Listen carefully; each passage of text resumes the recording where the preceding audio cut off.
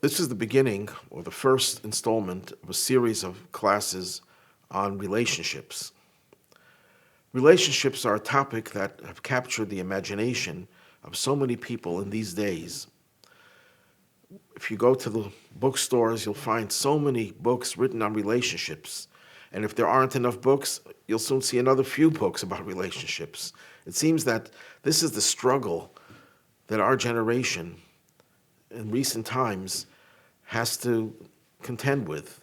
There's another topic that we also see a tremendous interest in, and at first glance they don't seem to be connected and related, but when we look more deeply into it, we'll see that they are very much connected, and that is the subject of spirituality, mysticism, Kabbalah. People are looking for some deeper meaning to life, and the reason why relationships is so popular and so important is because, as it says in the Torah, it's not good for man to be alone. It's not healthy to be living in an isolated existence. Relationships is what gives us comfort, takes away whatever feelings of loneliness that we might have. And spirituality is because we're living in an age where people live their lives and then they wake up one day and they said, why? What is it all about? What is my purpose? You have this midlife crisis where people who have succeeded in every area of life materially, they have a good family, they have a good job, they have a nice house, they have a beautiful car, a few cars, and everything else, all the trappings that go along with affluence and success. And then they wake up one day in the middle of their lives and they say, it's all empty, it's all meaningless. I want to find some more meaning to life, and they look for spirituality. So why is all this happening now more than ever before? Because in ancient times, most people were not looking for spirituality. They were looking for living their lives and eking out a meager living, or a good living for that matter, and surviving. And relationships was never an issue. We don't find so much focus and emphasis on relationships in past times. What's going on today? Well, one way of looking at it is that we're living in momentous times. We are living on the threshold, a threshold between galut, which means exile, and geula, redemption. We are at the tail end of this period known as exile, and we're on the threshold looking into geula, redemption. And because of that, we seem to have a schizophrenic existence. On one hand, we are still products of galut, of exile, and all of the flaws that go along with living in an exile, because exile does not just mean what the simple translation of the word would be. The simple connotation of the word is that you were once in one place, you lived in your land, and as far as the Jewish people are concerned, we lived in the land of Israel, and then we were driven out, so we're alienated from our land. But galut, exile, and I'll be using these words interchangeably, exile, galut, gola, golus. Exile is a time when we're alienated from ourselves and from one another. And we feel that lack, and therefore we strive to find out how can we better our relationships. But you know what? Because we're living in this threshold era, we're straddling the fence between the past galut, exile, and the future geula, era of redemption, the Messianic age. So we're having elements of both in our lives. On one hand, we are exposed to all sorts of negative phenomena. We're looking at the world, we're seeing the strife that goes on in the world and the dissonance, and that also translates in flawed relationships, bad relationships. And at the same time, we're a very sophisticated generation because we can see a little bit into the future and experience some of that future perfection. So we're looking for ways, and we have an opportunity to find ways to better our relationships. And at the same time, we are searching for more meaning in life because exile has not given us that meaning. There must be something more to it. And when we delve more deeply into what the future is going to bring, to the Messianic age, then we will discover a deeper meaning to life that will enhance our relationships. It'll save our relationships, first of all, and enhance them. Now, when we're talking about our relationships in the modern times that are so in need of perfection, so in need of correction, this takes us back to the beginning of time.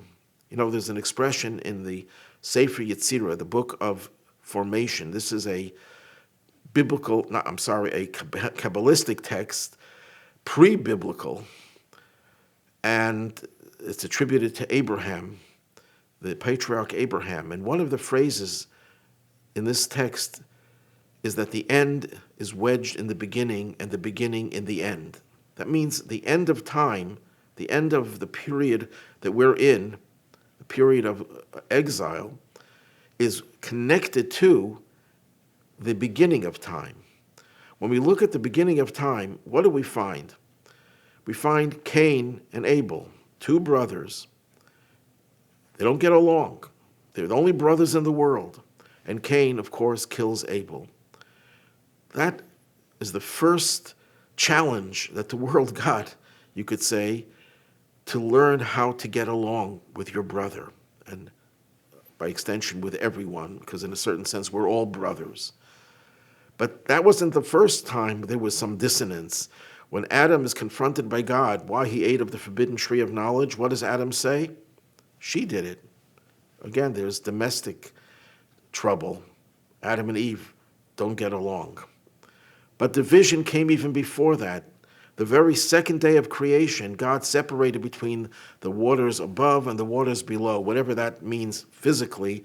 What it means spiritually, there was a division between the upper, the spiritual, and the physical. That division created a potential for all sorts of divisions in our world, including the division between husband and wife, the division between two brothers, the division between two nations. And from that time onward, it got worse. It degenerated. There was an attempt to fix it, the Tower of Babel. They wanted to unite and get together. The problem was, while their objective was noble and positive, the method they used and the reasons why they wanted to unite were not good. They wanted to establish for themselves a name, as it says in the Torah. This was an expression of their egos. They wanted to rebel against God. That was not true unity, because true unity can only come when you recognize the oneness of God that should pervade all of existence, including our relationships. So when Cain kills Abel, and by the way, Cain kills Abel, and we ask the question, why? Well, the Midrash tells us many different explanations. They were fighting about this, they were fighting about that, but the Torah doesn't even tell us what they're fighting about. And I think the reason is it doesn't make a difference what people are fighting about, because in the long run, they forget what they're fighting about. They just maintain the enmity, the divisiveness, the conflict, the animosity, the hostility to one another.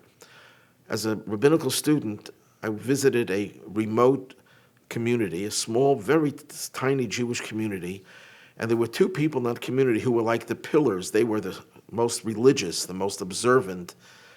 And I discovered that they didn't get along. They haven't spoken to each other in years. And one just couldn't stand the other. So I tried to be the peacemaker as a naive student. And I went to one of them and I said, could you tell me what is it that made you so far apart? You're living in a small community. You have so much potential and influence. Why are you fighting? And I remember the first one saying, I don't remember. I don't remember what our original fight was about, but we haven't spoken in years. And the same response came from the other person. They didn't even remember why they were fighting. They just knew they had to be divided. That's why Cain and Abel, Torah doesn't describe what they were fighting about, because division has a life of its own. Whatever the reason is, it assumes a life of its own, and it doesn't lend itself to being corrected. So the breakdown of relationships started at the very beginning of creation, the very beginning of society. And now, as we're coming to the tail end, we're confronting this challenge. But this time, the challenge will be met, and we will bring about the ultimate messianic age, when there will be total unity in this world, unity between God and us, unity between one person and another, and unity amongst nations. What is the model for true unity, for ideal relationships? The model, the archetype of a good relationship occurred at Mount Sinai. While everything was going downhill from Cain killing Abel, or from Adam and Eve eating of the forbidden fruit, and even before that, when God created the division between the upper waters and the lower waters, from that point onward, everything went downhill, degenerated. When you came to the seventh generation after Abraham, 7 generations started to reverse that trend. And when Moses came around, who was the seventh, and all sevens are beloved, our sages tell us, he, through his role in bringing the Torah to the Jewish people, removed the barrier and the potential for the upper and the lower to come together. And that also brought about the potential to heal our divisions, to heal all of the problems that we have that result because we don't see each other. You know, before we got the Torah at Mount Sinai, we had the Exodus, what was the forerunner and the prelude to the giving of the Torah. What was the last thing to happen when the Jews were about to leave Egypt? The penultimate plague of the 10 plagues was the plague of darkness. And the Torah describes the plague of darkness that one person could not see the other. One man could not see his brother. Well, that's physically, it was dark, they couldn't see. But for all the Jewish people, the children of Israel, there was light. So we have this mixture, this paradox of darkness and light coexisting. That's exactly what our generation is all about. The darkness comes from an inability to see my brother.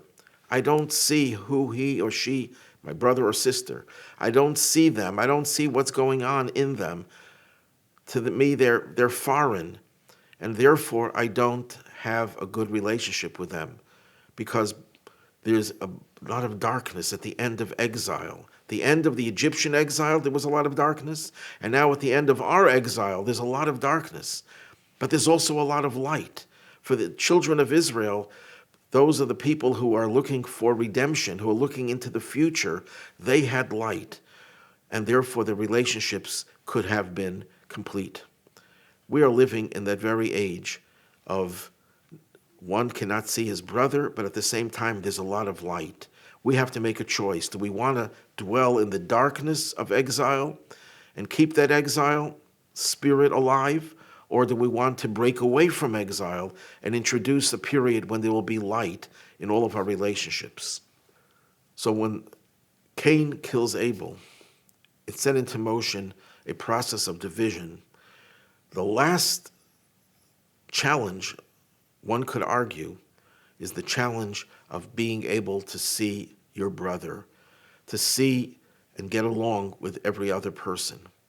In fact, Maimonides, in his magnum opus, his colossal encyclopedic work of Jewish law, concludes that in that time, in the Messianic age, this is the ultimate goal of the Messianic age, there will be no longer any wars, there will not be any hatred and rivalry, because the world will be filled with the knowledge of God. When a person has that knowledge of God, and here's where we go back to the spirituality, the quest for spirituality. When you see the underlying oneness, because there's one God, and God created one human being, because God wanted to demonstrate that we are all really one. And when we recognize the oneness of God through our spiritual knowledge that we acquire, that will heal all the divisions and bring about complete and perfect relationships.